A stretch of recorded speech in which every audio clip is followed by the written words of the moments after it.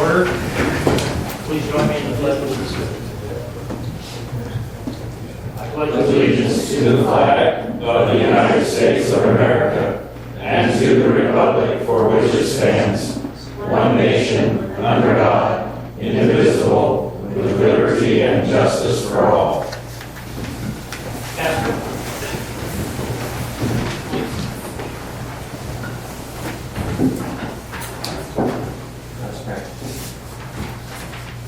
Lord God, we thank you for the great blessings that there are to being a part of this community and all that goes into making this a great community for the schools and for the businesses, Lord, for the churches, Lord, for all of the volunteers. And right now I want to thank you for the leaders that you put in our community over us. I thank you for this council, and I pray, Lord, that you would give them wisdom with all of the decisions they need to make, that you would give them courage, Lord, to stand to their convictions, and that you would just bless the decisions they make as they go through the agenda tonight. And I ask it in Christ's name. Amen. Thank you very much. Appreciate it. Public input. Understand we may. Anybody wish to address council tonight? Joe, Yes, sir. please step up to the podium.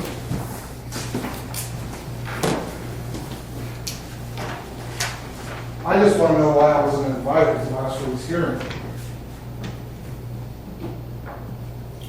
The hearing was 2 weeks ago, The last time we met. and I understand, Chief, can you help us on that? There was personal delivery on that? To my knowledge. For the personal delivery of the resolution. It was adopted. Okay. And then you asked for the hearing Correct. at the next council meeting. Now, I asked not that it not be the 5th. And Jerry said she would get back with me because she couldn't, whatever you said. Yeah, I didn't know that could be approved, but I turned it in. Right. That's the last I heard. I called Friday before the council meeting at 4:30, asked if it was going to happen. And they told me that Jerry was out till the 28th and that Greg was gone. That was Friday at 4:30.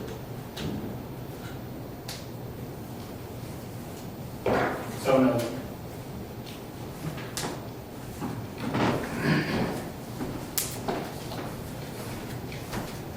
Anybody else wish to address council at this time?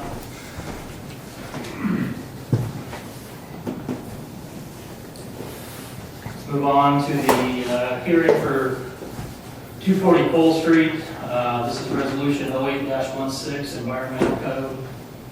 You're here to speak about that? Yes, on behalf of the Roxbury Bank. My name is Casey Law. I'm a lawyer with Wise and Reber and McPherson.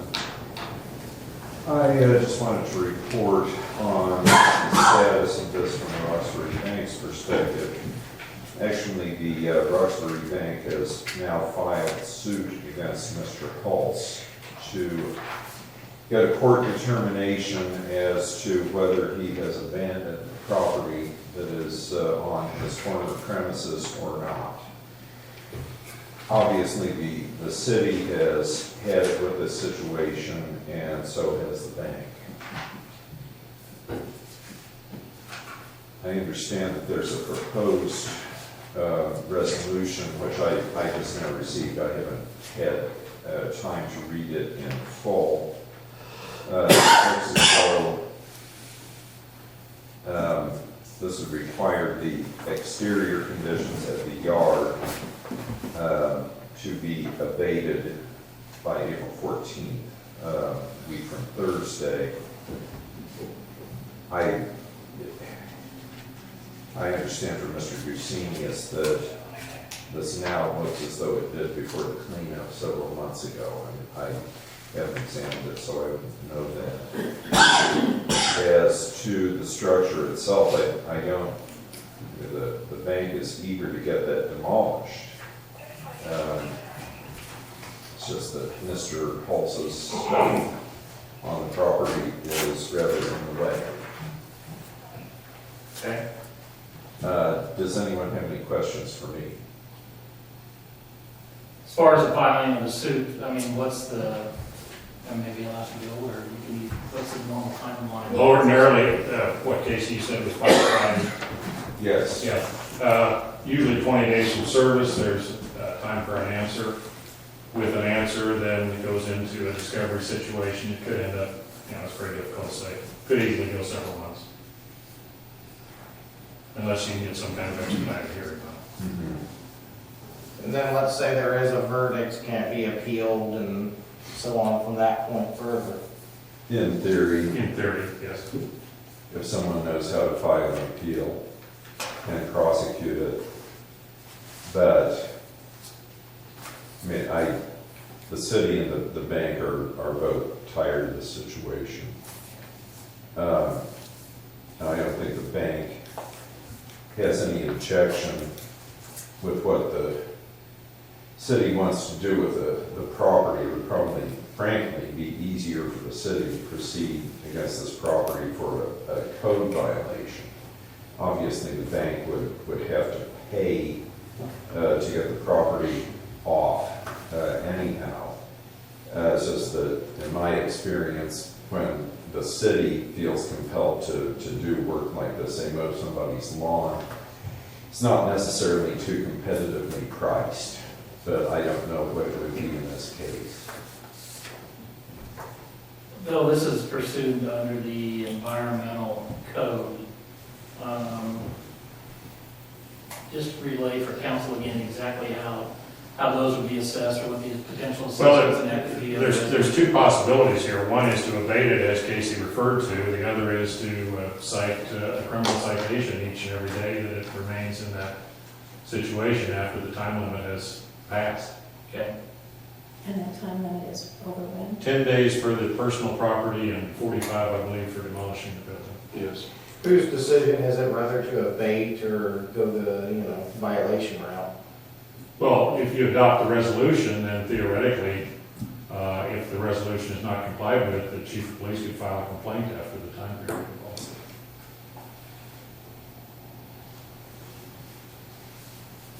And just so I understand, we adopt the if the resolution's adopted, time period's not met, chief files a complaint. The next steps are that it goes to, It's a criminal action in municipal court. okay, and against the bank. And then at that point, the abatement process is, do we have to have it tore down, or it's tore down according to them, or is that, am I on the wrong track? No, yeah, I think you'd have the option of pursuing either remedy. If the city does it, what's the ramifications of the property located inside of it owned by another individual? I don't think that is the city's concern at this point. I think we abate the conditions that are there.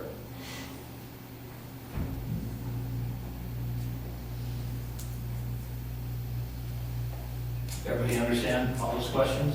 Any further additional questions of, Just for clarification, the letter to Roxbury State Bank was dated March 14th, and a response requesting a hearing from Casey Law is dated March 24th. So there was time there, but personal time did not allow for the review of the paperwork, is that right? I'm sorry. You said you Well, we hadn't weren't had time sent. to look at it. Okay, we weren't sent the He resolution. just got a copy of the resolution now. The I city see. just got a copy of the resolution a couple No, days ago. I'm familiar with the letter. Yeah, no, Casey's got the letter. Okay, I was just trying to. Yeah, during that, Time frame this correct. basically, they received the initial letter, which serves as a notice of violation, and in that, they are given or any party that the notice is given to, is given 10 days to request a hearing. I see. And that's within the 10-day time frame that the hearing was requested. this is item A under new business. Are there any additional questions or comments that you would like to make? Well, just that I see the bank as another victim of Mr. Holtz here, frankly, so I do not, I would certainly urge the city not to pursue the type of citation route against the bank. But the bank would be perfectly okay with us abating the property and dealing with it and billing it. As long as the bill isn't too outrageous. All right. Thank you for that information. Hearing, sorry. If we go the abatement route, though, I mean, that puts the onus back on the city, correct? And not on. Send me a notice. So basically, the time period is to comply, and then if they don't comply, then the abatement, yes, we are responsible for contracting the abatement. And then we bill the property owner. After a period of time, if the property owner has not paid, then we file a lien against the property. Did you hear the question, Bill? Just so you No, know. I was talking to Casey, but I just, go ahead. Well, I was just curious, I mean, if we decide to go with abatement rather than criminal, then that puts the onus back on the city Yes. on the abatement Yes. rather than the bank. Correct. And I thought several months ago, we had a lot of this discussion, and the bank pretty much assured us at that time that a lot of this would be taken care of. The property would be cleaned up and everything would be good to go, and we would move right down the road. And I understand the bank's situation. That's my recollection too. But Yeah, I mean, we were given that assurance at that time, as I recall. Okay, thank you. I just don't see why we would take that route and put the emphasis back upon the city. But it's very hard to get rid of that responsibility. I think the reason why here, and maybe I'm looking at this a little weird, but in the original situation, if we had abated the property when Holtz had it, we would have never collected our money. We would have never got anything to pay for that, under an assumption, assuming. In this case, we would collect our money for getting rid of it, and it would allow them to forego having to pursue legal action against Holtz without trying to get his property out of there, because we could get it out because it's abated. This is all resolution Okay. discussion and all that. I think the hearing itself, are there any further questions or statements you wish to make before we move on? No. Okay. I'm going to declare the hearing closed at this time and move on to amendments to the agenda. I actually have one for you. It's under 13. We have a serial malt beverage application for the Brick House Grill that we need to take up under item 13, other. Are there any other amendments to the agenda? Hearing none, on to the mayor's report, item 6. Keep in mind the retreat this weekend. Please, John Devine, who will be working with us at the retreat, send out an email. I hope everybody's had an opportunity. We'll take the opportunity right away to get that back to John. That's essential to part of the discussions and looking forward and the planning stages and things that we want to do this weekend. So please be mindful of getting the information back to John if you haven't done so already. The other item I wanted to talk about was last meeting we had a public input about trailer park and then that is still trailer park review, regulation review and that's still under discussion. Greg and I have had some discussion about it, and there's still a need to do additional research and making sure when we do come back with information that we have all the ducks in a row per se of where we're going on that. So I will tell you that discussion will be had in the future. It's being reviewed by staff at this time. April meetings, be aware of those. Let's move on to item 7, the consent agenda. What is your desire? Motion to adopt. I have a motion. Is there a second? Been moved and seconded. Roll call, please. Hold on, we're going really fast. Becky? Yes. Eno? Yes. David? Yeah. Corey? Yes. Rick? Yes. Betty? Yes. Kelly? Yes. Motion carries. Item 8, no business for P&Z. Item 9, old business. Let's move to item 10 under new business. Resolution 0816. What is your desire on this? For sake of further discussion, I make the motion to adopt resolution 0816. Second. Resolution 0816 has been moved and seconded. Further discussion at this time? I have a question. Since this is an environmental issue, does abatement allow us just to take care of those things listed, which are primarily the building? Or can any personal property be removed?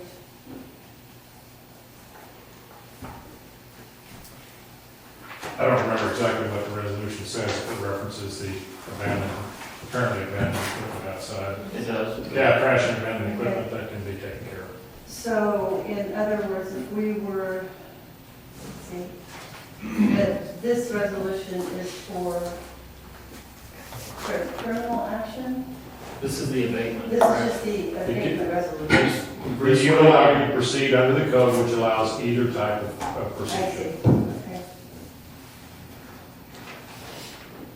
Bill, is your guidance to this council and myself that this resolution, from what you just said, allows you to go either direction, that there's, That to is, get process going on 240 Cole, that this needs to be passed tonight? that's correct.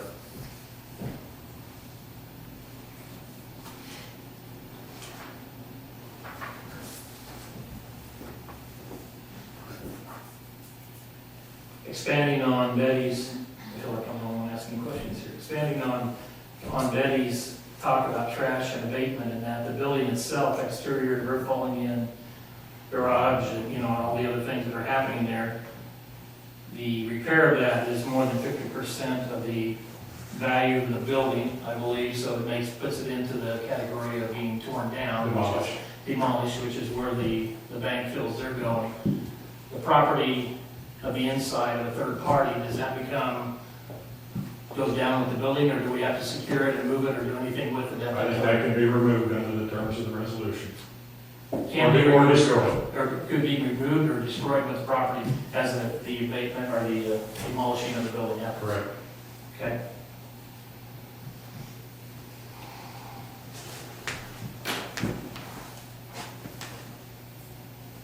Additional questions on resolution 0816? If we do approve this, does council need to instruct the chief of police which route we want to go later? Should that be a separate item for discussion? Yes. So would we need to just add that to the other, maybe at the end of the meeting? Is that discussion tonight or discussion in? No, I think you've adopted the resolution, let's see what happens. Okay. I think it'd be premature to Okay. make a decision.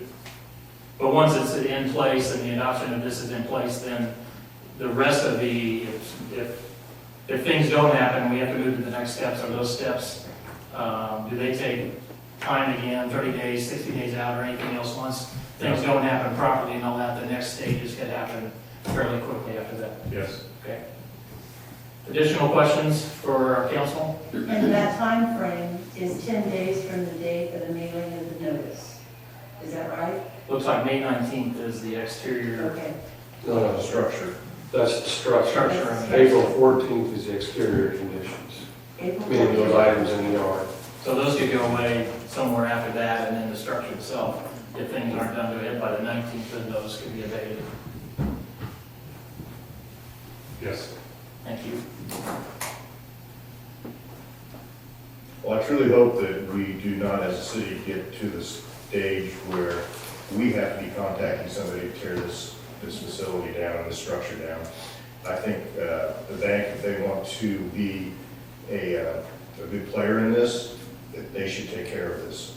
If it gets to the point where we have to do it, I'm not going to be very happy with that outcome.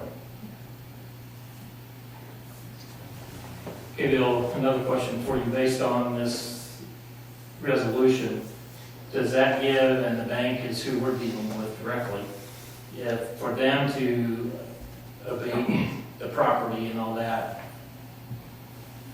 maybe that's a question for both lawyers, does they have to go through the suit process to make that happen? I don't think so. I mean, if somebody puts an abandoned refrigerator in my front yard, I'm gonna get rid of it. Yeah.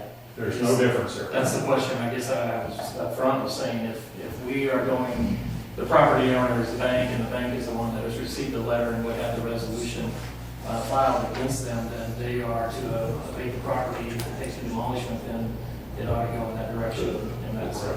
The question is whether the property is abandoned. Yeah, well, if it's not abandoned, if somebody puts their property in my yard, it's not gonna stay there. You guys The property know, owner, I'm gonna take care of it. you guys know that property's not abandoned. Every indication is it has been. How do you Should have been figure? removed. It's been sitting there, nobody's been paying any attention to it. I I was- think there's a very clear indication. We'll try that if we have to. It's not our decision here. We will. So the best thing that could happen is clean up the property, the internal property is removed and the building's torn down according to the bank's, Yep, and where they want to be in the property as the owner of the property, correct. of the physical property. Yes. The deed holder, what more can you say? So, okay. Any other questions before we call? Roll call, please. Kelly? Yes. Betty? Yes. Rick? Yes. Corey? Yes. David? Yes. Eno? Yes. Becky? Yes. Motion carried. Item E, foot golf. Kate, you want to step forward and help us with this?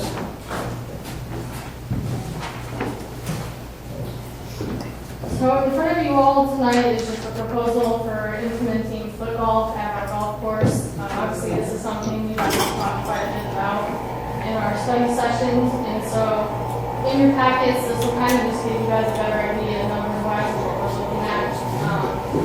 Foot golf is something we've been looking at actually for about a year now, just as something to help boost our revenues out of the golf course and not bring into situations that we're in currently. And one of the things in golf that we looked at was just what are the new trends and recent trends that we're doing in golf. And the top one right now really is foot golf. It's the #1 new sport. It's only been around since 2011. And it's something that a lot of area golf courses are utilizing to help boost their revenues. As far as pricing goes, to do foot golf, there's separate pricing for adults and for kids. You can do, it's $12 for adults, $9 for kids, and then you can also rent a ball if you don't want to bring your own. And then you can also rent a cart as well, but foot golf is so fast-paced as it is that many people choose not to rent a cart. You'll see below the agenda item form, there's a proposal that we actually received a year ago of what it would look like if we did this. And as you can see, the majority of the cost is really just from purchasing the cups that would then be installed and then also the labor of that. And then there's just other kind of smaller tax, such as if we wanted to be a member of the USFGA. And then also enclosed, you'll see there is a map of our actual golf course, and that will kind of show you how the foot golf course would lay out in correlation to our existing golf course, just to give you an idea. And then I also want to introduce to you guys tonight Kevin Fakey. He is the superintendent at Wildcat Creek in Manhattan, and he installed the foot golf course there. And he's also the man kind of responsible for bringing foot golf to Kansas in general. So he has a short presentation for you guys, and then he can answer any questions you have as well. Yeah, thank you, Kate. Brought along a quick video that I'd like to show what foot golf is, because there's some serious confusion. A lot of people think you're actually kicking a golf ball. It's really, it's mind-numbing here. So this is what's going on our course. We have a 9-hole golf course. We have an 18-hole foot golf course within the 9-hole course, and it follows the same routing of the course. So you might have a foursome of regular golfers tee off, and a foursome of foot golfers behind them, and another foursome of golfers who fit right into the circuit. Kate mentioned the pricing. Those are Kansas prices. I checked your website yesterday on the golf course. What I would recommend is like 80% of what your golf green fees are, because they're not actually on the green, they're wearing out tees and things and so forth on that. Let's see here. Just to help on the one thing my wife and I like, it's bringing out families and kids. As an old scoutmaster, I get frustrated when the kids not getting outside anymore. Here's one where 3 of the dads were playing, two moms were going along with strollers, and we had some little ones that were just kicking smaller balls as they went. Notice there's 4 golfers in front, this group's behind. Your simple tee marker is just the wood post with the blue there, and that's where they start, and you get the blue flags off of that. That's our number 4. We have 2 foot golf holes on that number, that hole. Next picture, please. I lost the next slide, that's how old I am. You can see how we routed the course to our 9-hole course. So there's 18 foot golf holes within our 9. 10, 11, and 12, there's actually 3 golf holes on our longest hole there. So they actually keep up with play. Next picture, please. This is the Lindsborg course. I played it a couple times. When Barron, the golf course superintendent, talked to me, I said, he's more than happy to have to lay one out. Next slide.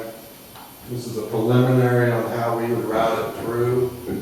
What we do, there's a little bit of miscommunication. We don't drill the holes. We would rely on your park department to bring the big auger out and drill that. What we do is we help them out, lay out the holes, make sure they're difficult enough, easy enough, slopes.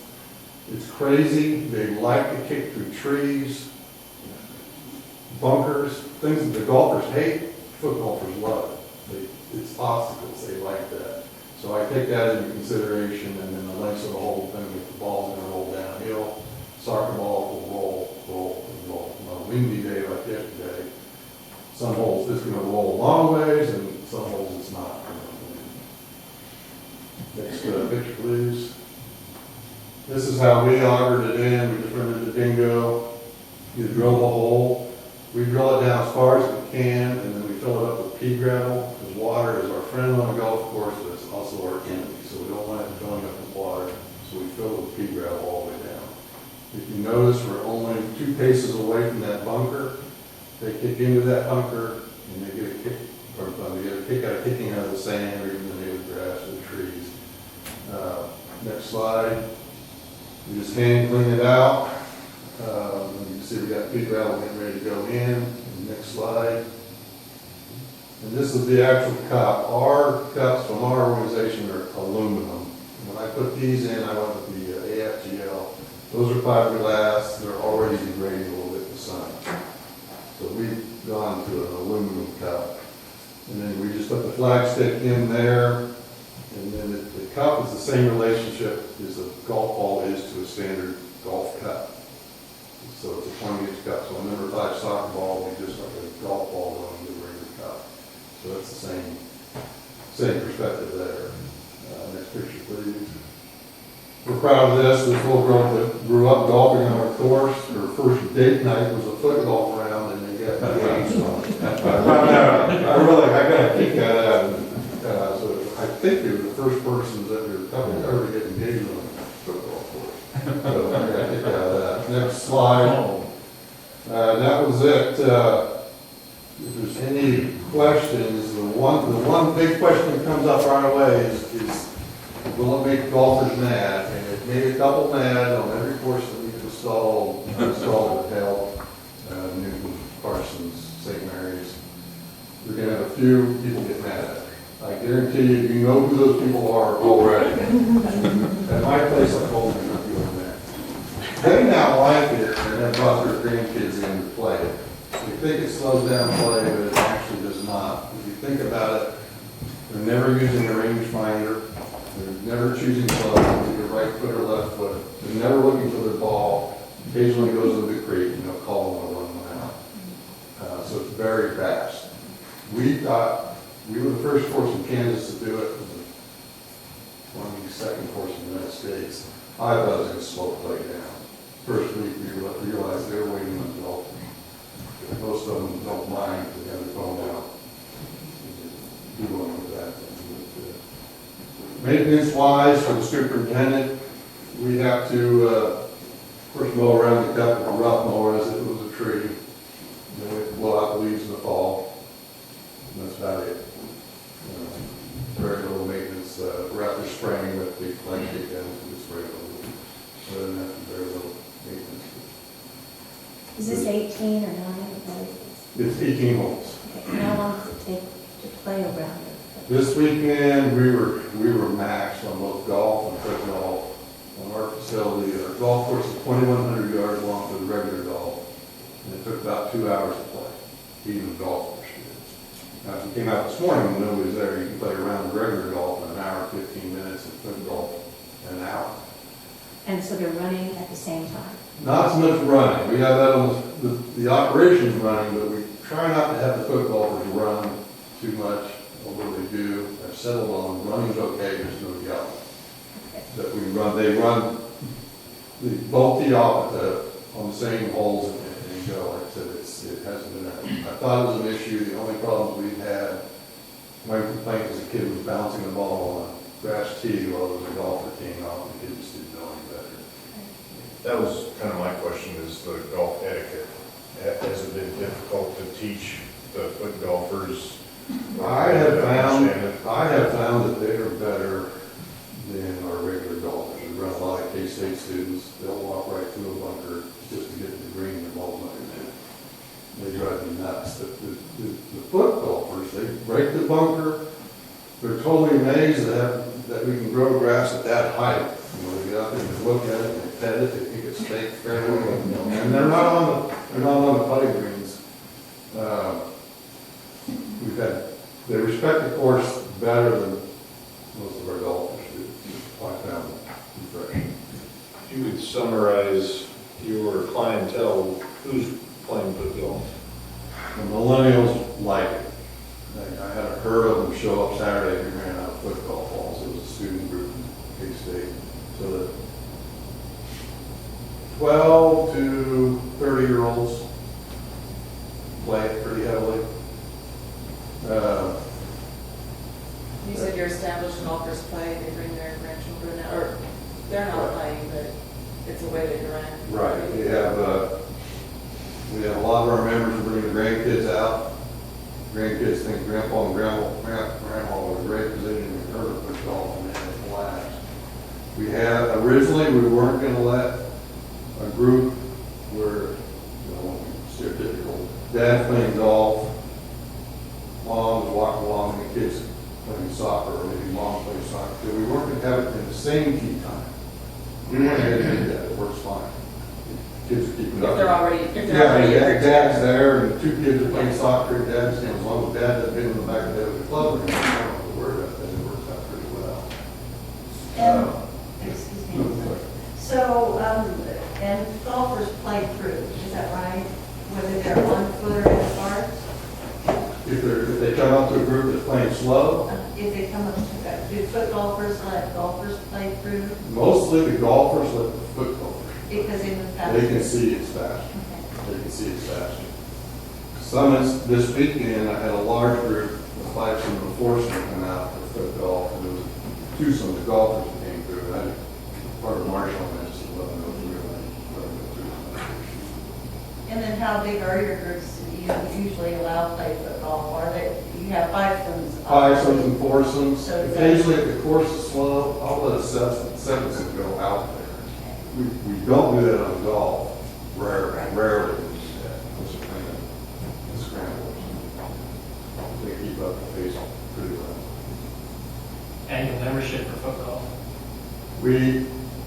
Our membership, we're a little bit unique on that. My wife and I have set up, we have our golf course for foot golf, batting cages, driving range, mini golf, and the fitness center. It's all one membership.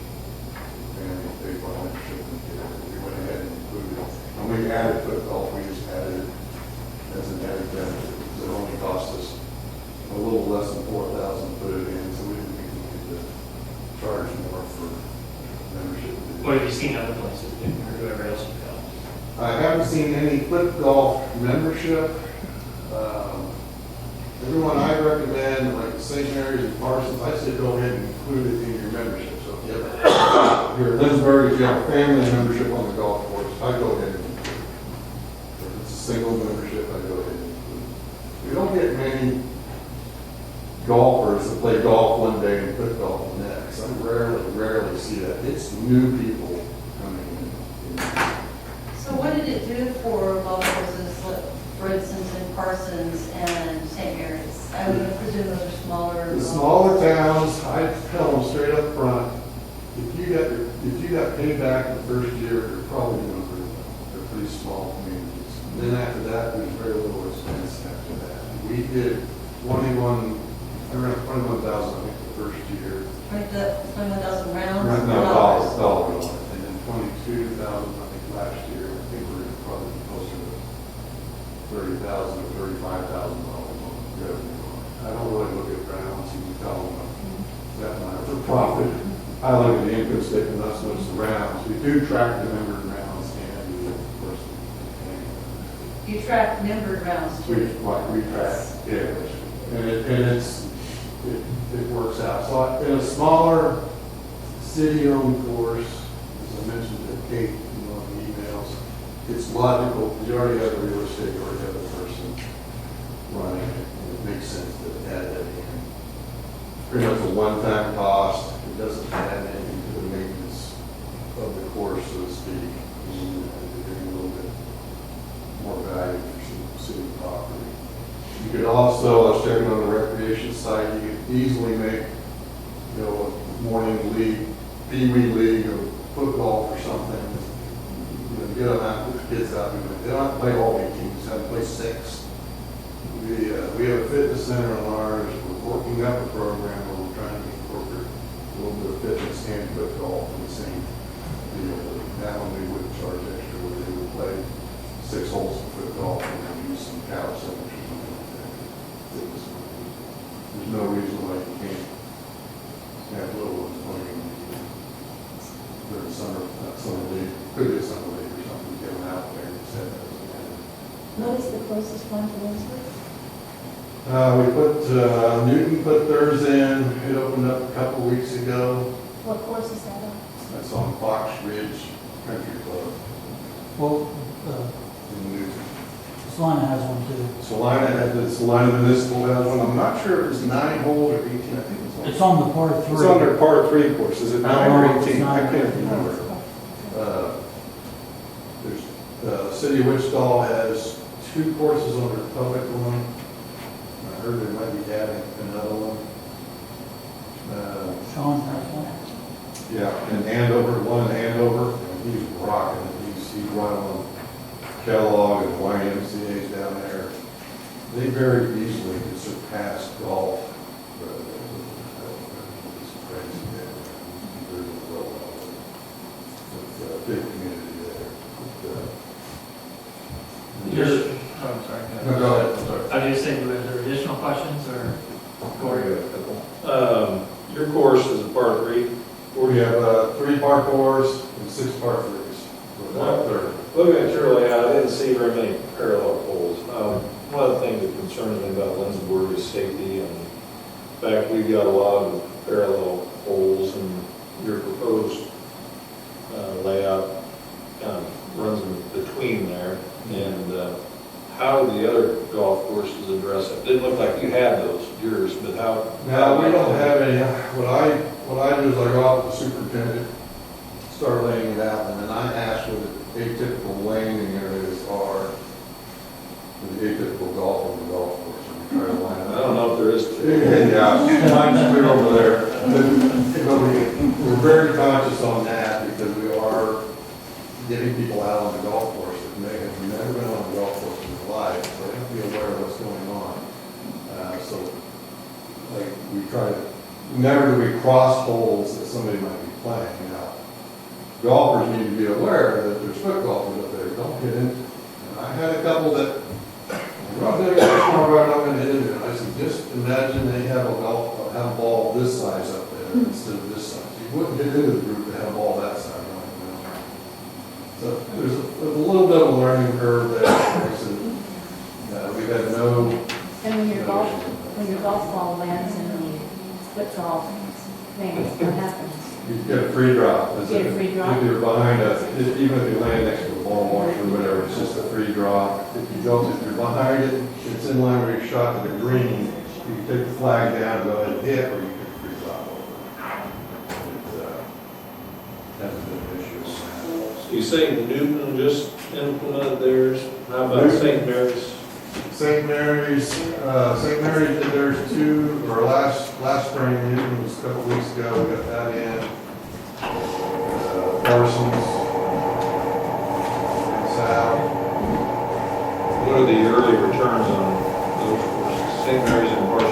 St. Mary's is a struggling community. It's smaller, it's like half the size. There's Fox Ridge is early, it's too early to say there. DeSoto, Kansas, which is between Lawrence and Kansas City, he's one of the great guys. Depends on the market. And it depends on, I don't want to get myself in trouble, but St. Mary's is a very unusual community where they don't believe golf should really occur. Yeah, it's really, I'm on the economic board with Platte County, so don't send that one back. You are on live TV. Yeah, but like I said, on a smaller community, I would hope to get payback in the first year, 2 years tops, and then after that, they may, you never know, they go to Bethany College there. Just those kids alone using it, because that's your market out. They should take it the first year, just a little bit of marketing and bug them out. And the invocation tonight, we're really starting to go after church groups, where they come out, bring kids out, play foot golf, and then we give them some state afterwards, where they have a meeting afterwards, we're promoting that to a slightly discounted rate. So you have to market it with the social media, which is way above my pay grade. I'm just learning that through the YouTube and Twitter and all that fun stuff. We did some direct mailing coupons, and that worked real good too, so people can go to our website and see what foot golf is, because there is some confusion on what exactly it is. Thank you very much. Appreciate all the information. Thank you. Council, what is your desire after the abundant information? Is it time for questions? No, it's time for a motion and vote, yes. Make a motion to approve. Second. Been moved and seconded. Corey, questions? My first question, I've got several, would be, what is the opinion of the advisory committee, golf advisory committee for this? Darren, what was their overall opinion? So. My advisory, they don't understand it. So they didn't. I know I have one that doesn't want it done. The other ones, I've kind of said the same things that Tim has, and that, they're all for if we can make money. But I tried to explain to them that really won't interrupt your golf. They're also really big on just getting people out there. So I think they kind of see that as this is something that's going to get people out there, whether it's new or existing people, they're going to for it. And I think it's fair to say that council didn't really know what it was until we saw this presentation. And since my husband's on the golf advisory committee, and I know there's been a lot of conversation about, I don't think people know about this little treasure here. How do we get more people out here? So I think it's fair to say we didn't get it either until we saw pictures of it. And that was their main consensus, they didn't understand. Now first time I've seen, I went and played at this place one time, 2 years ago. One of our meetings. Poorly.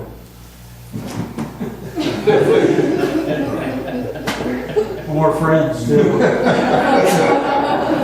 Well, and it was really fun. It was fun. We only played like 3 holes, right? Yeah, we had a superintendent's meeting there, so I had to play 3 holes just to get people to understand what it is, and it helped a bunch on that. Right. So when we have our next advisory board meeting, I think they'll understand and be on board, right? Yeah, 100% say that. We have to do something.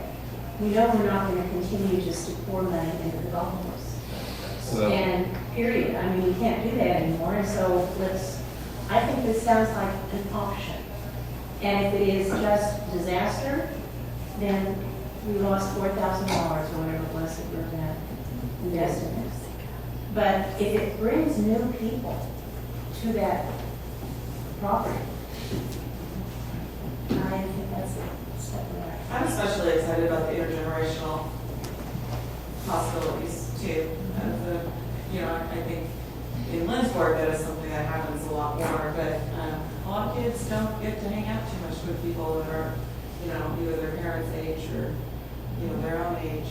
So, instead of just maybe mom and dad going out to the golf course, it can be more than that, or grandparents. Well, and it Something gives, with older children, and that's where I'm coming from too, is that, you know, one of my sons does like to golf and the other one not so much, but I'm pretty sure we could spend an afternoon out there now altogether, you know. So. and it might be a great opportunity for college kids to put, you know, big brothers, big sisters kinds of activities. If you want to stay in town, what are you going to do? Well, that's a key thing, and what is there to do in Lindsborg, you know, comes up a lot with my kids, even though I have a list of suggestions of things that would be fun. It seems like they really only want to get on the interstate and go somewhere else, so this would be great. I'm going with the cups. Well, you mentioned we have to do something, and I mentioned boost revenue, and running the numbers, I'm concerned that if we're doing it for quality of life, I can maybe understand that. I like the thought of doing something new, but to raise it as a way to make more revenue, I just can't make the numbers work.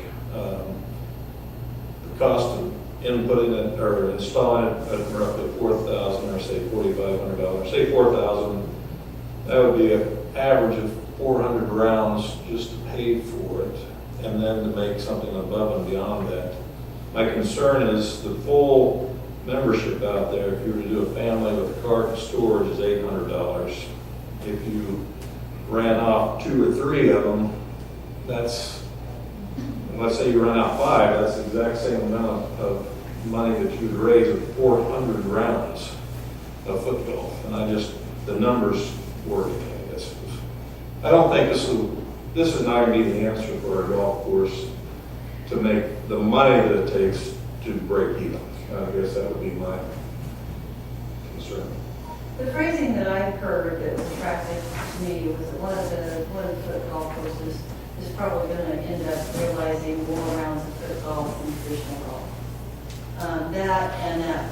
That millennial group, that's an incredibly important group that we probably aren't able to service very well as part of recreation in town. I think the other thing is if you bring new people out, if you bring new people out to play foot golf, there are probably some golfers in there that maybe have not seen our golf course. For instance, college students or soccer players. I think there's good potential there, and while I would actually give this a very positive nod. I think that I'm actually for this, but it bothers me that we don't have the support yet of the Golf Advisory Council. That's what they're for, is to advise us, and if they're not saying, we think you ought to do that, and I'm not sure about that. Maybe they need some more time. I don't know. I'd do a lot better if they officially weighed in on it. Well, they don't have they're an advisory board. Sure, I understand. This is their advisory board. They're going to advise for them to be soon. What's the installation once an order's placed? Like how long does it take? Yeah. Or- Oh, How long does it you take get it? to Once if an order's placed tomorrow, how long before it would be installed? Well, I have the cups, I keep cups in storage, it's just, like I said, we don't actually install it, we do all the routing and all that, laying it out, and work with the scorecard. Our department, how fast those guys can drill holes with their auger, I imagine it's pretty quick. We got ours in 2 days, 18 holes in 2 days. Now, I did see like the tee boxes had a stake and a blue. Is that just a 4x4? That's not included in this. I'm the most simplistic maintenance guy there is, so we have one tee marker, it stands right here, it's painted blue, with number 3 and an arrow pointing that way. I don't even put the yardage on there, because they don't care. Yeah. Is that included, or? No, we just rig that up ourselves. You can make it out of hedge log and paint it, or 4x4. We just provide the cup and the consulting and the layout and keying on that part, but the T markers you rig up your own. I'd feel a lot better about this experimenting with it if we didn't have a $4,000 investment. I just, again, safety, maybe you can answer this, but when you get people kicking a ball around you start thinking about kicking a ball around, you're not thinking about someone hitting a small ball off of a tee with a driver that can go for 275 yards or more or less. But I just don't see them being the same frame of mind as all the other golfers on it, hitting a golf ball. And maybe I'm wrong. Bottom line, it comes down to the golfer on sending out that projectile to the group in front of them. Which it would be regardless if there's football. Regardless if they're playing with a tennis ball, a bowling ball, or a golf ball, the person on the tee should not be getting out there. Now, if they slice one off horribly and hit somebody over there, you're already liable for the golfer that's way over there. That's where we try to keep it where they're where the shots usually land to keep that conflict down. The biggest responsibility is the golfer itself not hitting into it. The only other time we've had one is if we're troublemaking, we have trouble making golfers or trouble making kids that they were cutting across the course coming back home or coming back. You're walking against play. You don't want to do that. You do that the right way.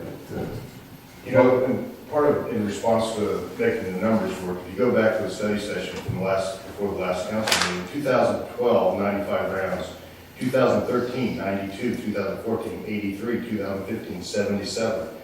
If it goes back to the revenue, from 2012 on down, it's been decreasing. And actual rounds played, decreasing. We've got to do something to increase that. Is it going to be the cure-all to all, the answer all? I don't think so. But I'm willing to take the chance to spend $4,000 to At your course, I mean, like, say you have the club tournament, you could say, no football, golf today. I mean, when it's really important. right. You can do whatever. You can have it just after 1 o'clock in the afternoon. Most of our, You can write your own rules. Millennials don't wake up till after 9 o'clock. But most of our plays after 1. But you can set your hours. Like on weekends, you say no foot golf until after 1. So you have, and all golf courses have that one click in there that they want to tee off at this time and go. And you can regulate it as you wish. That's up to how you want to set that up. And on league nights, it's just for league. So. Right. And tournaments, we would not. Right. We would not. Right. The student and stuff, there'll be no, because it's closed to any outside golf too, so. I think it's, Additional questions? it's just another tool for them to use to try to do something. And it adds to quality of life. I mean, that's the thing, is that it's something that seems like it has a very low risk of revenue. Well, I think it's not being incumbent upon Darren and Kate, I mean, to be really, get a group of people together, say, okay, we're gonna promote this, we're gonna make this happen. How can we do it? Right. Who are the gatekeepers to make sure that college, the high school, junior high, churches. Yeah, those youth groups will be your. Before we, When does, Betty first, and then we'll come to Corey. when does the golf advisory committee meet again? Well, we were kind of, probably next week. Yeah, something like 13 maybe. Yeah. I don't think another week would kill us, and I don't disagree with the fact that if we have volunteers that participate in an advisory committee, to make a decision without their input, I don't think is probably good policy for us as a council. I thought they already had it. Well, Yeah. but they don't have the same advantage that we had tonight, seeing it. What? They haven't had the advantage of actually seeing it. That made a lot of difference to me. I've been very skeptical about this. Used to play a lot of golf. I don't play as much, but I was like, I don't know. Seeing it, and especially seeing the picture of Hughes Kelly's where the multi-generational people standing there doing something together, actually seeing it. I had a smile on my face. I thought that looked like fun, but I think that the advisory committee deserves the same kind of information that we have, because we have talked about this for a year, but none of us had a vision of what it could possibly be like until we saw this. And I think that advisory advisory committee deserves that same thing. Well, I'm gonna, he's let me use this, what is this? Zip drive. Yeah, to show him. I'm sorry. Another part of this would be education, not only the advisory committee, but I don't know how many $800 members you have out there. But I would be really interested to know what their thoughts are. I think that we all have to remember that we, as Rick said earlier, we all looked at that study session 2 times ago. We are not going down another $60,000 input or $70,000 input. And if we don't do something, try some things, advisories have their chance also to tell us what they think and what their advice is and they're golfers and they're saying, let's get more people out here, let's get more golf rounds in. And that's so, But again, I just don't see so maybe you can show me the numbers, but I just don't see this being the financial savior for the golf course. well, okay, the first year is paid for, that's this year. Next year, that's all gravy. $4,000. 4,000 is better than losing 65, now we're only losing 61. The hypothetical I have is what would happen if you put $4,000 into the golf course in area marketing, handicap establishment, other things? We're putting 67,000 into the golf. But I know that I'm just comparing apples to apples. If you invest 4,000 in foot golf versus. What's the advertising budget?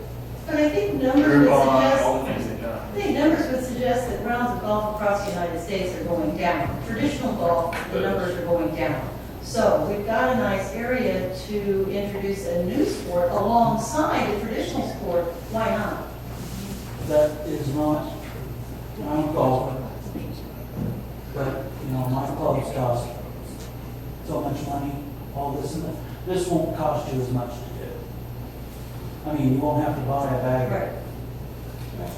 So council, what is your desire tonight? You have a motion? We have a motion on the floor. And a second. Motion and a second. Sort of elementary. I can get a life report meeting together this week. We're not, all right. So withdraw a motion. You make a motion. still motion to table. Corey asked what the proper. Rick was the motioner and Emil was the seconder. It could be moved to be tabled until additional information is received. By anybody. Because the only additional information we'd be waiting for is the advisory board. And what if they come back and say no? Then we can decide. if we're going Well, to still on the go right. advisory board, we can do what we want, but I still think that we ought to weigh in with what I can get them together this week if that helps. I would move we table it until the next meeting. We already have a Just motion on need the to- table, right? Just need a second to that. Second. Not debatable, just vote up or down on the table. All those, doesn't take a roll call either. All those in favor of table say aye. Aye. Opposed, same sign. Aye. I Show of hands. request a division of the House and count the votes. Division of the House and count the votes. Thank you, David. Can we do that through a show of hands, Bill? Yes, you can. All those in favor of tabling, raise your right hand. Which right? 3. All those opposed, raise your right hand. 3, 4. Motion denied. If we're ready, let's have a vote on the motion to approve foot golf as presented. Just a point of clarification, is this to be funded through the capital improvement reserve, since it's a non-budgeted expenditure in the golf course budget? Larry, are you, That's a question for council. Larry and I have talked about this. That would be our recommendation, but as a recommendation from staff, I would say that's the direction we want to go for funding of foot golf, if it is so passed. Does anybody disagree with that? For a recommendation of staff? Hearing none, that is the direction we would go if it is so desired by council for approval. Roll call, please. Becky, Yes. Emil, Yes. David, Yes. Corey, Nope. Rick, Yes. Betty, Yes. Kelly. Yes. Motion carried. Thank you all very much. Thank you for your input, time. Thank you for coming down, Thanks, Kevin. telling us about it. Next item. Thank you. Court. I was just gonna ask, how are we gonna handle this with people that pay their dues that may not be as excited about this as we are? Are we gonna That's do not that? up to us. I think that's not to stay with Kate and Darren and let them come forward with the proposal, how this is gonna happen. I mean, I hope that you will show this, video waiver to, you know, and show it to as many other people as you can get in the room. Darren, Dane Pavlovich, Kai, or is it Kai? Kai Swisher. Let's do this. Let's let Kate develop what that is, bring it to the public from a PR point of view. Corey's question was those that have paid and may be feeling that it's not in their best interest to be out there with foot golfers. I would say those come back through Kate and the staff and to bring forward at that time on a one-off basis there to see what that number is and how we go there. Is that right, Greg? Is it possible to take some of this information that you have and add a link onto the city website? So when you have this question, they click on the city website, go to the link, and I would guess you could go out there and find. Yeah, we can get his videos posted somewhere too.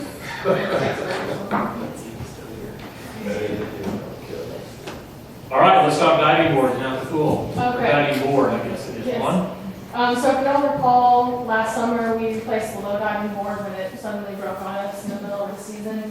And with the way we budget the diving boards, we do it back-to-back years, so one gets replaced one year and then the other one gets replaced the year after that. So if it's now time to replace our high diving board, there's actually nothing wrong with it other than it's just wear and tear and it's time to replace it. So there's a few bids listed. The one we're recommending is from Larry Arvin, which is the same person we purchased the one last year from. And he can give it to us for $2,325, and that also includes shipping. And he's also able to get the board itself to us in a week after we order it. The other two bids you see there are for the exact same board, but obviously they're about a double the price of what Larry can offer. Council, what is your desire? Motion to approve? Is there a second? Second. Seconded for the discussion of the diving board for the swimming pool for the summer? I have a question on the one from Westside. It says it's an aluminum commercial diving board. These ones above it don't seem to be aluminum to me. Yeah, They're acrylic body. right, and the ones we've used were the acrylic one, and then the aluminum just kind of gives you a different idea, different material. We went that route. Have you had any trouble with the acrylic boards, or they like lasted the standard period up till? Yeah, they've always lasted the standard period. And what is that period? Kate? I think we've replaced some, it's roughly around 4 to 6 years, just depending on the wear. And when you might. From a safety point of view also. Yeah. And when you purchase a new one, they come with a 3-year warranty as well. Additional questions? Yet you say there's nothing wrong with the board that's up there. As far as the wear and Age. tear, Age. the wear and tear, it's not broken, but it just wear and tear and age. Excuse me. Yeah, it's not, as in it's not broken, but it's just wear and tear and age. Which you think deteriorates the material? Yeah, it's some of Or, I the, mean, I would think you would be more interested in buying the board for when you really need it. So it breaks. Greg, please answer. We budget these on a 5 to 6 year life cycle, and that's basically the life cycle of the board on an as-needed basis. The as-needed is it breaks during the middle of the season, and the last thing we want to happen is someone to be on that board when it breaks. Sure, I understand. And so to do it on an as-needed basis, it's not a matter of it slowly deteriorates. I mean, it cracks and it's no longer usable.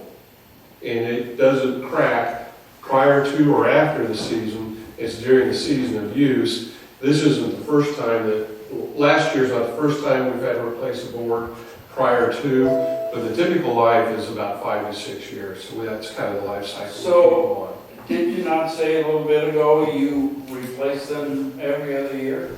no, we budget them back to back, so we replace one and then we replace the other the year after. And then goes how long? And then it goes that 5 to 6 years. Okay. Well, I managed the swimming pool for 5 years, and I never had one break. And I don't mean we should count on that or anything else, but I'm just clarifying what you said. Sure. You're lucky you didn't wait last another year. That's 6 years. David, we learn more about you all the time, so. Are there additional questions? Roll call, please. Kelly? Yes. Betty? Yes. Rick? Yes. Corey? Yes. David?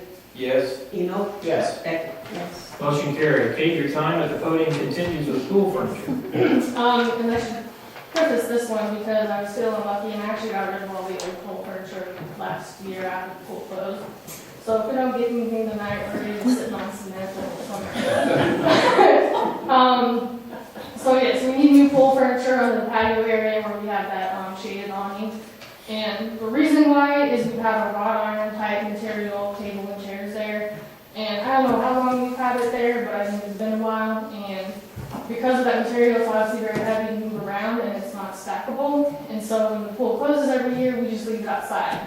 And so the weather just creates a lot of wear and tear on it. It's rusting. There's parts of it that are just broken off and are sticking out with the hooks on one. So we got rid of it, and then we looked at what we could replace it with. And again, we have Larry Arman, who can get us, it's a plastic table, and they are commercial grade. He can get us 5 of those tables for $95 each. And then we can also get chairs matching each of those, that would be white and the same material. And we get 20 of those. And so that would bring us to a total of $1,395. And then the other bid you have there is for the exact same tables and chairs, but obviously the bid is a little bit higher there. And I believe the tables have a 1-year warranty on them, and our chairs actually have a 3-year warranty on them. Council, what is your desire? I'll make a motion to approve purchase from Arlen Company for $1,395. Thank you for that motion. Is there a second? Second. Been moved and seconded. Further discussion? Won't that bid have to include shipping? It says that shipping will be determined at the time. I think he may not put it in there, but typically when his bids he gives me include the shipping in it. I just think he kind of forgot to put it on there, but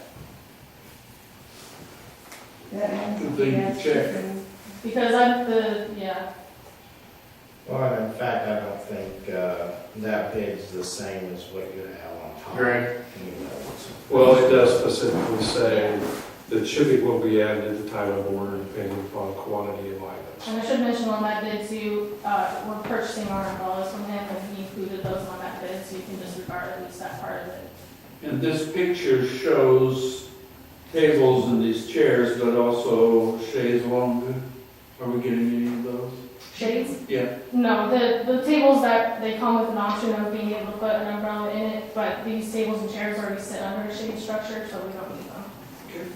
Kate, the question is if I read this correctly, 6 tables and 16 chairs, and what you're recommending up above, that's down below. Yeah, he kind of goofed on his bid. He I gave me, guess the numbers still match up though. yeah, he gave me a bid on, I think, one less table than what I wanted to get. But then- And so on the actual agenda item form, I added in what I wanted to actually get and what the price would look like.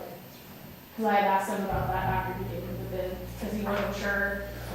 The chairs come in a 16 pack, and so I wasn't sure, given that we wanted more than 16, if he'd be able to just get me 4 extra, or if we'd have to order a whole other 6 pack, which would put us over budget. And so then he later on after that bid told me he could get me individually 4 for the same price instead of having to do a 16 Greg, how pack. do you want to handle the potential shipping issue? Well, the way it's written, it says shipping will be added at time depending on quantity. So I would say $13.95 plus shipping. Should I amend the motion also to specify how many of what? You can, There's some your questions there. opportunities now if you're going to amend the motion. I'd like to amend the motion, to purchase 20 chairs and 5 tables for $1,395 plus any additional shipping expense. Seconder, Ms. Kelly? Yes. it's been amended the motion. Everybody understands the amended motion? Any additional discussion? Will that work? I mean, given he had some other stuff on the estimate. Yeah. You, I mean, you're not gonna not getting that stuff or something and end up out, are you? No, Okay. So we are still getting umbrellas? yes, he just, since I'm getting everything from him potentially, he just included it all in one bid. You're around there, sitting on towels. All right, Corey, we're going to go on. Roll call, please. Becky? Yes. Emo? Yes. David? Yes. Corey? Yes. Rick? Yes. Betty? Yes. Kelly? Yes. Motion carried. Item E, we are moving tonight. Item E, Greg, I think this is yours. A proposal in front of you for electronic work order system. Our current system is manual. The way the electronic work order system would operate, work order could be dispatched out of City Hall either via text or email, depending on which vendor would allow then that work order to be performed, received and performed in the field. Any information related to that work order would then be completed in the field and then dispatched back to City Hall for input. The idea is to implement a work order system in the utilities, such as changing out meters, rereads, shutoffs, other maintenance items that would need to be done in utilities. With the technology budget this year was $41,700, which $19,625.85 remains unencumbered. I would like to be able to use that money to implement a work order system. There were actually 6 companies that were contacted and provided proposals. I only included 3 in there from an information standpoint. Those from Web, DPW, Facility Dude, and Sims Technologies, recommending Sims Technologies. They are one geared primarily towards utilities. The others are geared more towards facilities maintenance, building maintenance, that type of program. While Sims Technology in the initial startup cost is more than the Facility Dude, which has the lowest bid or proposal in the amount of $3,785. The annual maintenance fee for Sims Technologies is $740 less per year than Facility Dude. I did pass out a cost breakdown of the 5 that submitted proposals for your reference. Council, what is your desire? Move we approve Sims Technologies in the amount of $5,620. Been moved, is there a second? Second. Been moved and seconded, discussion. You mentioned in, I think in the narrative here, something about inventory control and that. So. The value of this system is as we move forward, it has more modules to it that we wouldn't necessarily take advantage of at the very beginning just to get, basically we're going to be introducing technology into the field that typically the frontline employees in this area are not dealing with this type of technology. But over time, we can introduce inventory control, inventory management, and could move all the way into a full asset management program that we found beneficial. And the administrative users are the department managers and the city administrator then? Actually would be utility billing, myself, public works director, and then the field users. And the idea, and one part that's not in this proposal, is to, and I'll put back together on this, once this is proposed, the soonest it could be implemented up and running is about June 1. The idea is in the field, if a work order comes through, whether it be for a reread or whatever, text message could actually be sent to that employee within that department. We would have an iPad dedicated, one to electric, one to wastewater, one to water. And then that employee would go to that iPad, pull up that work order and see what needs to be done. Once that project or that work order is complete, they would enter the data and send it back to City Hall. Right now, go Does ahead. this impact accounting at all? I mean, as far as when you had made reference to the auditors that were here and things are changing and... Well, from an inventory control standpoint, moving in that direction, it will definitely help, yes. Timely back and forth of shut-offs and rereads and all that, that was also Yeah. a big part of this too. Additional questions? Roll call, please. Kelly? Yes. Eddie? Yes. Rick? Yes. Corey? Yes. David? Yes. Emil? Yes. Becky? Yes. Motion carried. Item F, city painting. Greg, will you be addressing that for us? Yes, we have 3 bids to repaint City Hall. I'm not sure when the last time it was painted. I know it's been over 18 years. It is, if you look at the back wall in particular, in the mornings, you'll see every shade of red that's in the color spectrum, because we've done touch-up over the years. The 3 proposals received were from Atlas Painting, Coffee Painting, and Kane. All 3 put in proposals for a latex paint and elastomeric paint.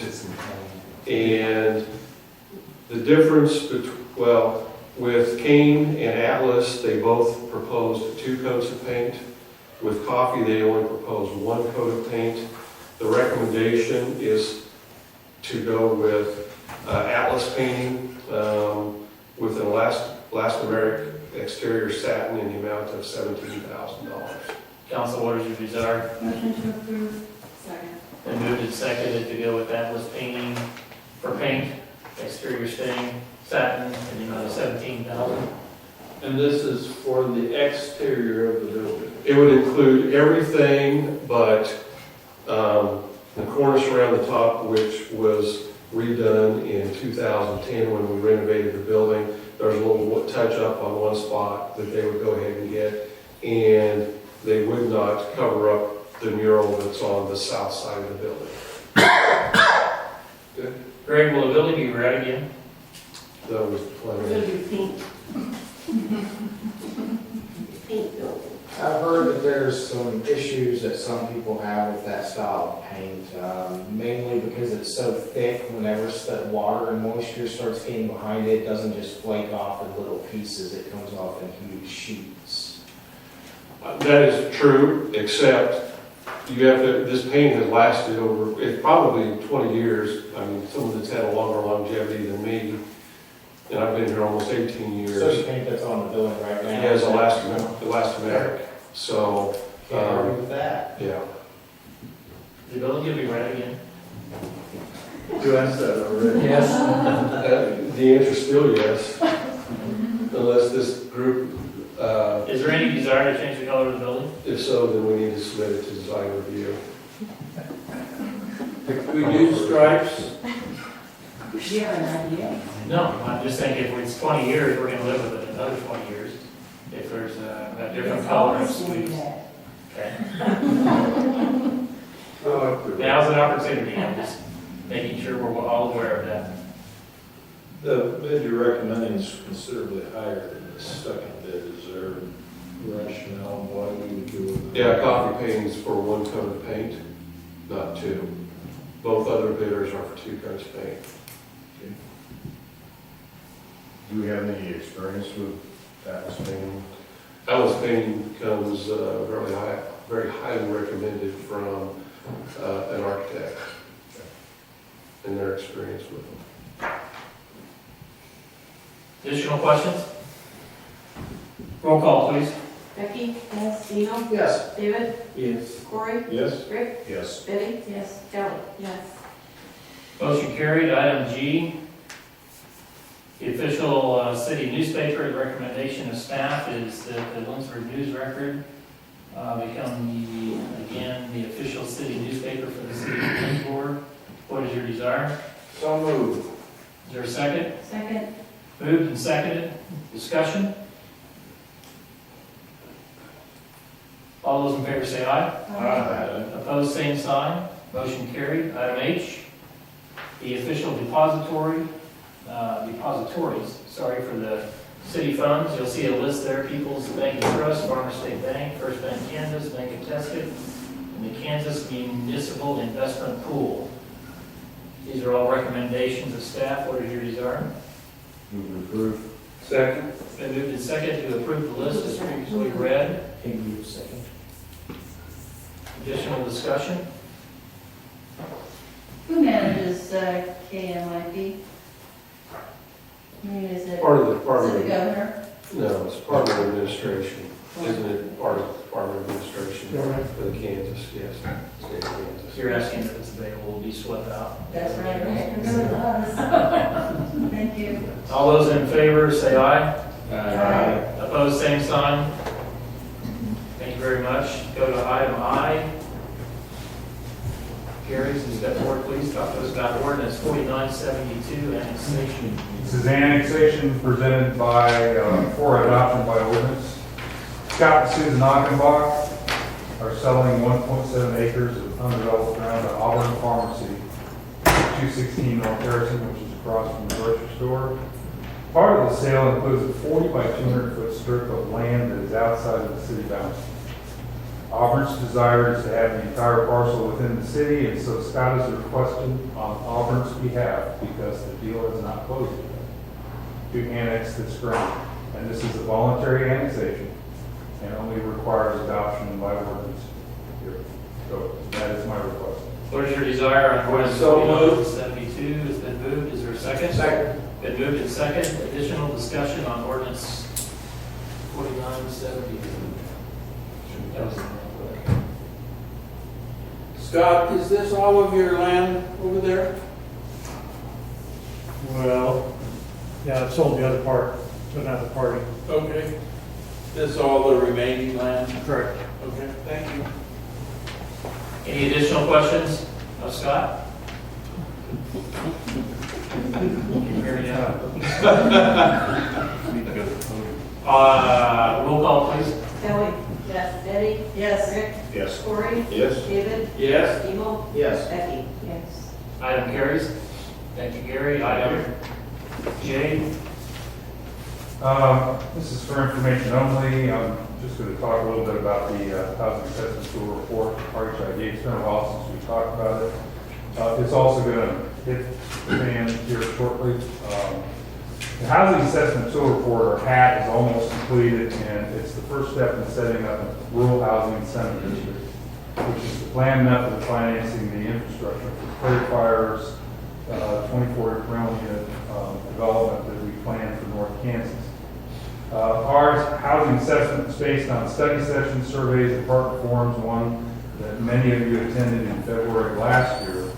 And the results of these meetings have been consistently clear and easy to identify that our institutional employers need more local affordable housing for their employees, and that we just have a shortage of ground to develop on. The analysis shows that we have housing available at high and low ends, but not a lot in the middle. If we want our population to grow, then we need to create more opportunity for more people to live in Lindsborg at a wide range of price points. At the end of the month, we'll find out if Credit Fire is successful in obtaining tax credit financing, which is critical to their deal to build. And at that point, we'll ask you for a resolution finding a shortage of quality housing, which is part of the HAT. We'll submit this to the Kansas Department of Commerce, and we'll begin negotiating the development agreement with Credit Fire. So look for more action in the coming weeks. I may have missed something, but I don't recall that development was going to be a low income. Low to moderate income, Yeah, yes. I heard I heard low to moderate, but like you, I didn't hear just low. That enables them to obtain that tax credit money that they can turn around and sell, and use for investment. What they do is they guarantee a reduced rental rate based on, income, I believe, in McPherson County. They have one completed in McPherson, one under construction in Mountain Ridge. It will be the third of their projects in McPherson County.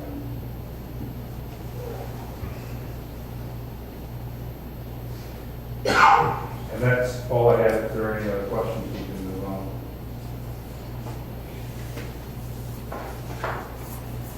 Any additional questions? Move on to, I lost my track of my place here. Sorry. Okay. Ordinance 4973. Gary, this will be a first reading of this ordinance? Well, this is the downtown sidewalk enhancement.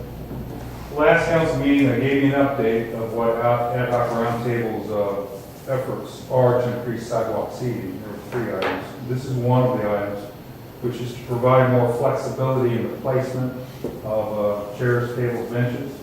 And before you is this ordinance that would give the design review board the authority to allow non-conforming arrangements on 2 conditions. It's fairly simple. The layout will not unreasonably impede pedestrian traffic, and that permission has been obtained from the immediate neighbors, the owners and tenants. And this is the standard that we use on sidewalk cafes. It does rely on design review board's interpretation of unreasonably impede quite a bit. I think it sets up a situation where early adopters will see their plans approved, but an increasingly dense sidewalk will make it harder to show the traffic flow is not restricted, and that's just my opinion. I'm just throwing it out there for discussion. I'd like to hear your thoughts about the consequences of this policy change, good and bad, because I really think it's something we need to discuss before we do. But you're certainly welcome to pass the ordinance. It's a very simple ordinance. It amends the current policy by allowing basically a variance.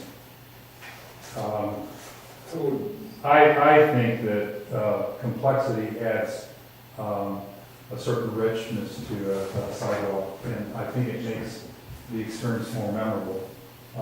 So I like the idea of encouraging more these memories, as long as they're positive, are a good thing. They bring people back. So I welcome any Discussion. Well, I think that how you define unreasonably is a concern of mine, I guess. Just who's going to make that decision? And the design review board would, it would be their call, and that's let's say you get 3 businesses in a row that want to have something out there. Is that going to be unreasonable or not? And then if it is, how are you going to decide who gets it? Well, that's what I mean. He said first one's in the door are going to get. Just the design review. Yeah, that's the way I see it. And it's also different. I mean, if you analyze all the different blocks of the downtown, the business makeup of the buildings, now those things can change, sure, but restaurants is a different thing than a CPA's office, than the library. So I think it has to be put to the design review, analyze the situation.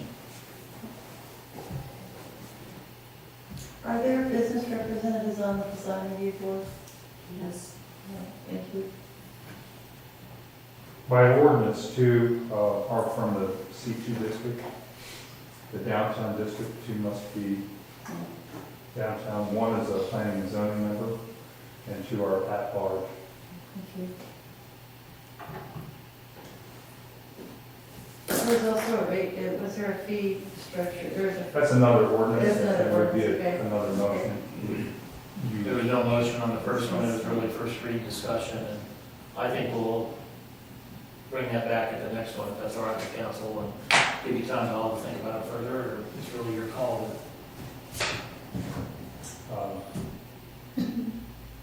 I didn't hear a lot of dissent or concern. I don't know how you remedy my questions, I don't know how you ever put that in stat, or ordinance forms. Well, There would not be a legal issue there. I mean, I think to unreasonably impede is language that would be considered acceptable. Yeah, it's open to interpretation, clearly, but I don't think it's a legal problem. I mean, right now, the ordinance specifies it either has to be in the tree line or up against the building. I mean, that's the only remedy from this. It's, I mean, very specific in how it lays it out. This provides some flexibility that the current ordinance does not. Make the motion to approve the ordinance number 4973. Been moved, is our second? That. Moved and second, any additional discussion on 4973 ordinance? So it's a one-year permit, correct? yes. And then if something goes wrong, just for example, can design review come back and review it later? Like halfway through it, revoke it, is there anything like that? Define what you mean by wrong. Okay, let's say that for some reason there were complaints about something that was done, enough, let's say 5 business owners downtown came and complained and said, hey, what that person put out there is crap, whatever you want to say. Is there any remedy to that situation? Well, I mean, the challenge with aesthetics is it's the eye of the beholder. Yes. So if we get 5 complaints of crap, nothing's going to happen because they haven't violated the spirit of what design review has approved. Now, if they violated something that is outside of what design review has approved or is listed of items of compliance in that particular ordinance, then yes, they will be approached and given the opportunity to get in compliance or to remove those items from the sidewalk. Now, as far as complaints, I mean, would the complaints have to come only from the property that immediately abuts or adjoins that property, or could it come from anybody, anywhere downtown, or if I don't like it? Or how does that work? Because you have to get approval from those that abut it, right, or adjoin. Well, that's what I'm recommending, that's what we do. Right, but that's what I'm saying, if this is adopted, that would be the procedure. So what would be the procedure if just me, Joe Blow, was somewhere else, and I just walk down there and go, I don't like it?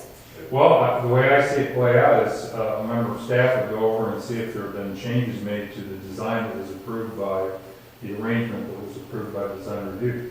If it's still in compliance or still the same design that was approved, then there's no justification to deny the license and force the change on the. Rick, what I'm hearing, everybody can bring a complaint against it, and then it goes back to the, what was approved. Yeah, that was just my question. Well, a case in point is I've received complaints about the sidewalk cafe that currently exists, but they are in compliance with the ordinance that was adopted, so therefore, no action is taken against it because they are in compliance. Would you say those complaints were because of the restaurant being unusually restrictive to the flow of traffic? I would say a couple of the complaints have been traffic issues.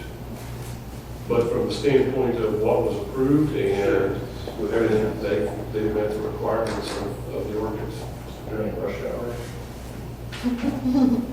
One complaint was during Hillings Fest.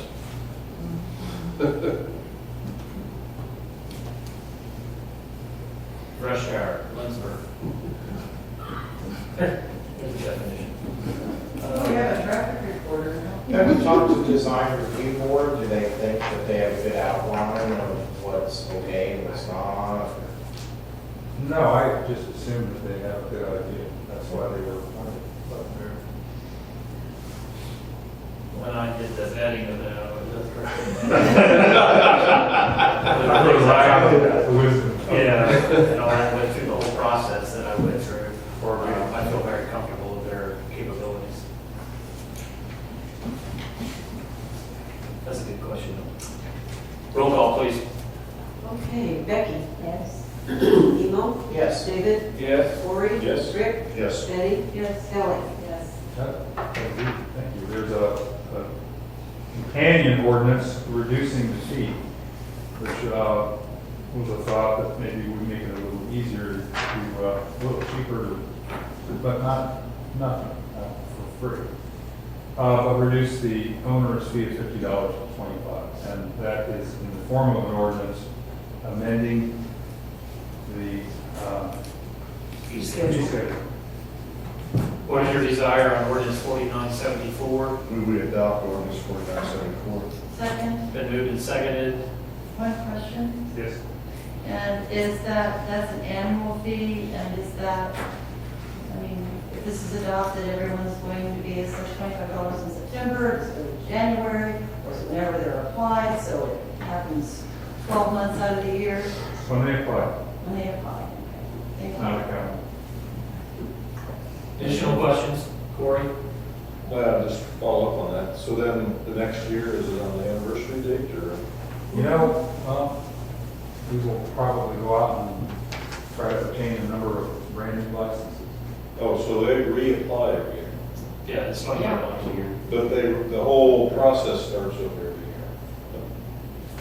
Well, if they haven't changed anything, Yeah. and they're still in compliance, then it's just a renewal. No, they would still have to submit Well, yes, proof but- of insurance naming the city Yes. as additional covered, et cetera, so. But it will be incumbent upon the city, that's what they get their $20 for, or whatever, to notify and say, this is the anniversary, let us see your proof of insurance, and have you made any major changes? That is correct, yes. Process fixed it. Technically speaking, the sidewalk in front of any business is owned by the city. Great one for that. You gotta be a little more specific. Well, someone In can that- come and say, I can put this table and chairs anywhere I want to, that's my property. Well, in the C2 business district, all the properties are built to the property line, so yes, the sidewalks, well, I shouldn't say all of them, there are a few exceptions, such as the blacksmith shop, the Hinge Floyd, most notable, are built up right to the property line, so the sidewalk is public right of way. Okay. And as such, the city, on behalf of the citizens of the community, have custodial responsibility for those sidewalks.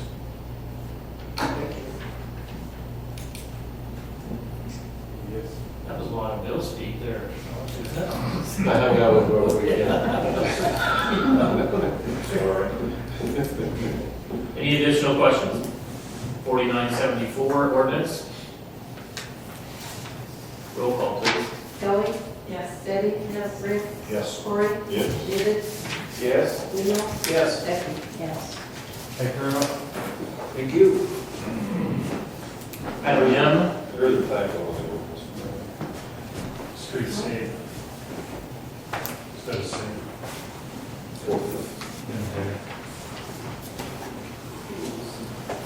Gary, you know that. We'll fix it. Fourth to fifth. Thank you very much, item M. Holly? Amy Habecker, doing business as yours truly, Gifts and Events, is providing the city of Lindsborg with an updated proposal to manage the conference center. She would like to continue to provide the service under annual contract and not as an employee of the city of Lindsborg. She has been under contract for the past year and providing management services, doing business as yours truly, Gifts and Events. And before you, you have a copy of the proposed contract or the proposal she has for the upcoming year. The only difference in it that I would like to point out to you on page 6, paragraph 1, the following is stated. Yours truly, LLC, reserves the right to hire employees for various administrative positions. If, when an assistant manager is requested by the city of Lindsborg, this person will be hired as an employee of Yours truly, LLC. Yours truly will include officials within the city of Lindsborg in the final hiring decision. Prior to opening the position for hire, an addendum to this agreement must be signed to include the terms, service, and compensation. Additional employees will not change the level of experience the company offers and will be communicated to the city of Lindsborg. Each employee hired will be held to the same standard of experience. Current hourly positions such as wait staff, kitchen setup, bartenders, and janitorial will continue to be hired as employees of the city of Lindsborg. This comes into line with what we were kind of thinking to begin with when we were looking at hiring a management company and not hiring an employee to run the conference center. So we're kind of backing up a little bit to what we had initially thought. I do want to point out to you some additional things that have gone on at the conference center in the past year.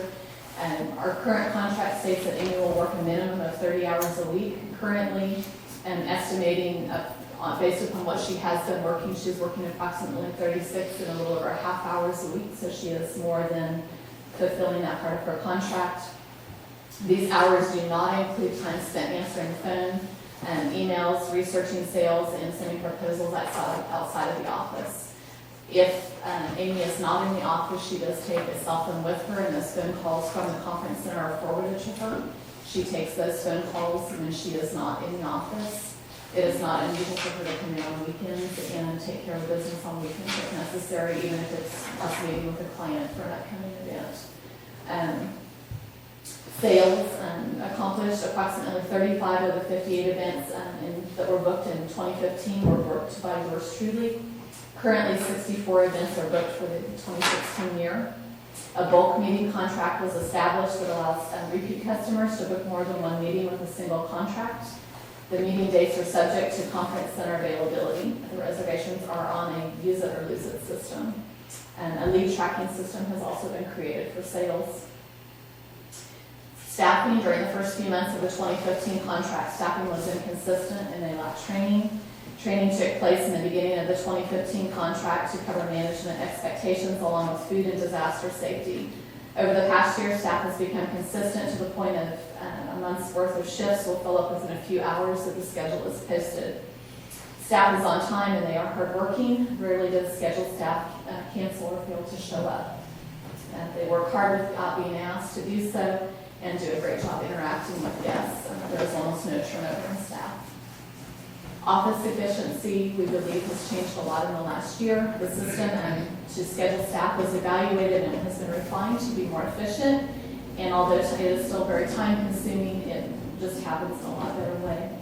New forms were created and implemented to streamline the process of finalizing details of events and communicating those needs to staff on an event day. This event setup and cleanup process was refined to use time in a more efficient way. We have seen a substantial cost savings to us because of this. Organization of building files and notes has been created, and tracking of revenue and expense per event is now in place. Incorporating additional expenses for events prior to quoting a price has been important in keeping expenses down. Community perception, we believe that the community is embracing what Amy does. She does an exceptional job of interacting with community members, both doing sales and managing events as well. And I have no complaints from individuals calling her office. Amy has, almost without fail, attended most ad hoc meetings, and I believe she's created a good sense of trust and willingness to work with the community. Areas of additional work are outside sales calls and facility maintenance. So, my recommendation is to approve her contract for the May 1, 2016 to May 1 of 2017 year, and at the amount of $5,333.33 a month. Council, what's your desire? Move me through. Been moved, is there a second? Second. Discussion? Quick question.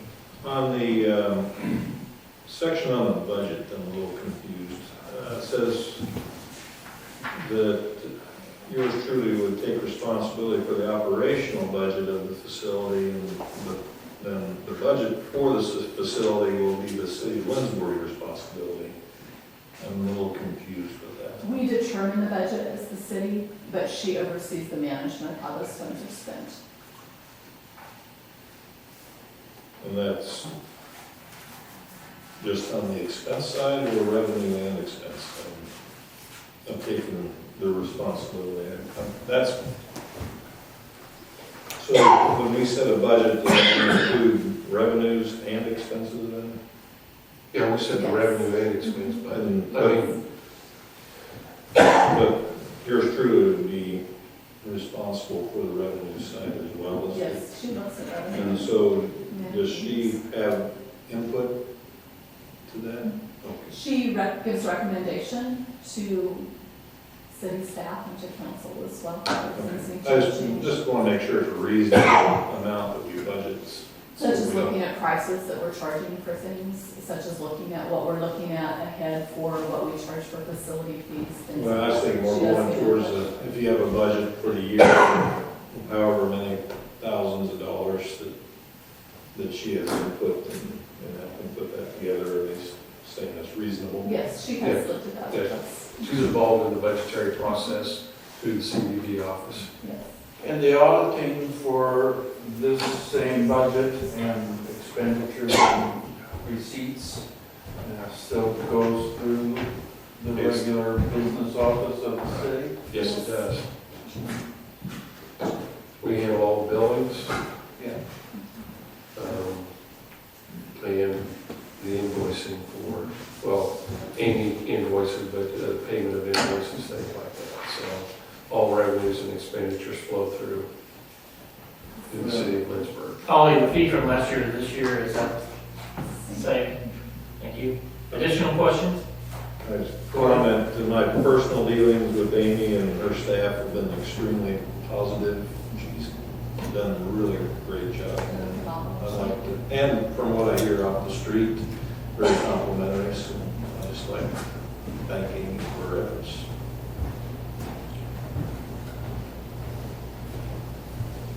Additional questions? Roll call, please. Becky? Yes. Emo? Yes. David? Yes. Corey? Yes. Rick? Yes. Betty? Yes. Kelly? Yes. Motion carried. Mr. Dunn, approach about the preventative maintenance for the generator at the wastewater treatment plant. This is the new generator, new 5 years ago when we did the plant. It's programmed to turn itself on, exercise itself, it takes on the full load of the plant every week. But that is not the capacity. We can't run it to the capacity of the generator. And we need to bring in a company that can put a bank load on it and run it up to the full RPMs and power that it's supposed to run so it gets exercised and blown out. So, assuming that everything goes well with this, then we would probably do a yearly or maybe a bi-yearly maintenance agreement with this company to come in and do this. Council, what's your desire? Move to approve. It's been moved. Is there a second? Second. Been moved and seconded to use Central Power Systems to do a load bank test on the generator at the wastewater treatment plant. I will tell you, we do these all the time in the communities that I oversee, and that's a very competitive number for what we do. We do not do them annually. We do them on a 3-year basis. Will this be done soon? I don't know about time on it, but I think it'd be over the next 2 or 3, 4 weeks. Additional questions for Mr. Dunn? Roll call, please. Who was that? Mr. Dunn? Mr. Dunn. We're about all done here. Roll call, please. Kelly? Yes. Betty? Yes. Rick? Yes. Corey? Yes. David? Yes. Emo? Yes. Becky? Yes. Thank you very much. Item O, U-turn signage in the downtown area. I wish I don't need to letters in the alphabet. Tim, has it been a problem? No. Is that enough questions? I'm not in favor of signs. Sign pollution is out there. If it hasn't been a problem, why should we even go down that road? I mean, why are we doing this? That's a good question. Did you ask us to? Well, if we're gonna have U-turn signs up, there has to be one on all 4 corners. And currently, we don't have 4 on each intersection.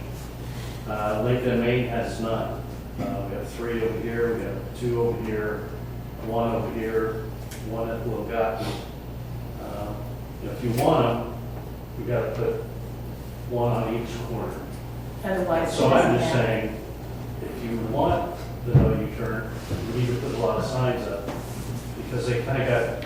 taken out when we did the restructuring of the downtown. If you don't want them, I just want to take them all out. So I'm kind of at that point where, Well, Jay today, you tomorrow. What did you say? Jay today, you tomorrow. That's what it was like to see.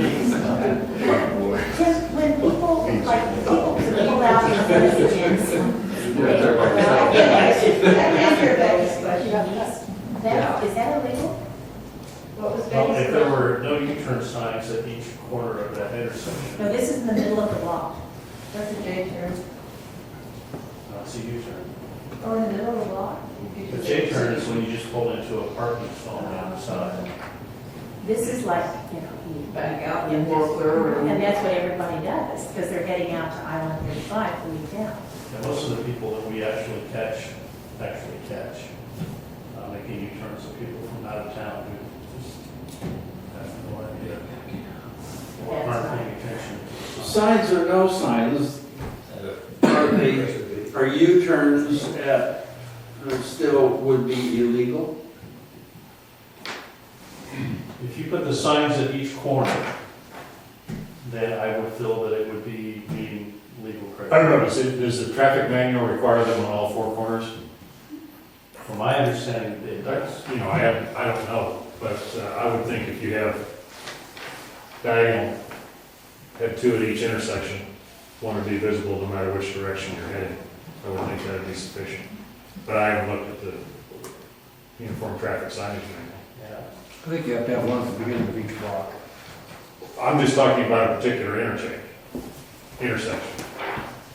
I would think if you had two signs at that intersection on opposite diagonal corners, I think you'd be okay. Tim, where we're at right now, I think because you said it wasn't a problem, we have some discussion of what's really in the traffic ordinance. Let's bring it back to the next meeting and see where we're at. If it could go to, and council still wants to do it, we can, then it's really coming down to us to say, let's take, if we have 3 or we have 2 or we have 1, some places, because of everything that's happened, I think it's gonna come back to us to say, if we want no U-turns there, we have to have 4, then we have to have a discussion of how do we put loopholes in and for them to work on that. So I think the real question today is, can we get by with the 2 diagonals that this Bill's talking about, and if that's all right? That's fine with me. Eventually, I'd like to hear why we disallow U-turns in the first place. Is it a safety issue or whatever? But doesn't have to be tonight, but I'd be interested in knowing more about that.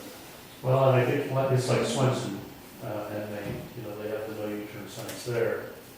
And I know that's a little bit out of the downtown district. I mean, those were up there before I came, which I don't know how long ago that was. And they're so routinely disobeyed. And I was told that the reason that they put those signs up there was because at the time, it was the Through Street. main drag area for the kids, and that was their turnaround spot. So it became an issue. Grants and name used to be So, and your traffic flow, I think at that time was a lot more because that was all open to highway traffic. So I'm kind of wondering if a lot of the no U-turn signs were put up with that in mind at the time. So whether they're justified now or not. Well, let's do this, Tim. Let's add to the content for next time on U-turns. Take care of the ones downtown, see if we can do diagonal. Let's review the ones that are there because of the flow, traffic flow has changed. Maybe bring us a recommendation where we could get rid of some of the sign pollution and remove those signs. Okay, you all right? In going down that same route, maybe this would be a study session, but I would like to revisit allowing parking on Main from 2 in the morning to 5 in the morning, or whatever that sign says, as we are entering our busy season, and with more people living upstairs in apartments. It's going to be. I'd actually second that. I completely agree.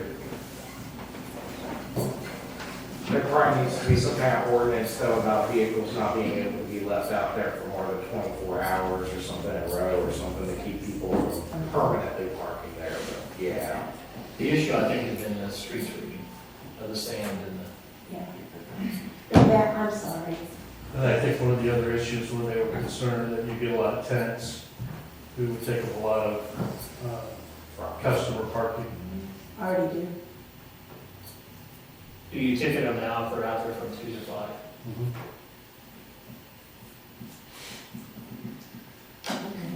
There's study session then, is that right? I think that's what, yes, yeah,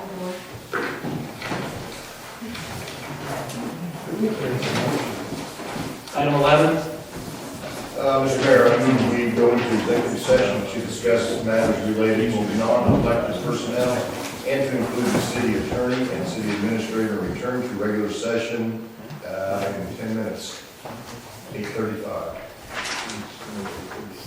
been moved, is there a second? Second. All those in favor say aye. Aye. Opposed, same sign. Thank you very much. Public, you're welcome to wait. There will be no action taken in the executive session. Returning after that.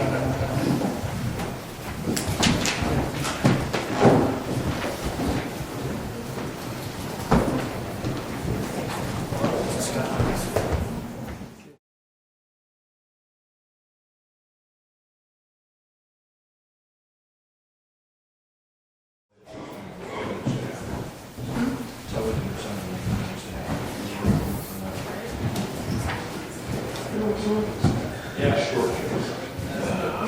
Thank you, Bill.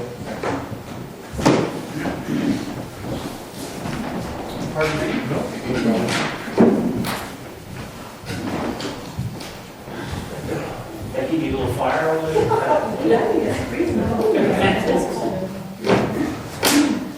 We'll return to regular session. Moving on to item 12. Department head reports. Mr. Mayor, I request to be excused. So ready. Thank you.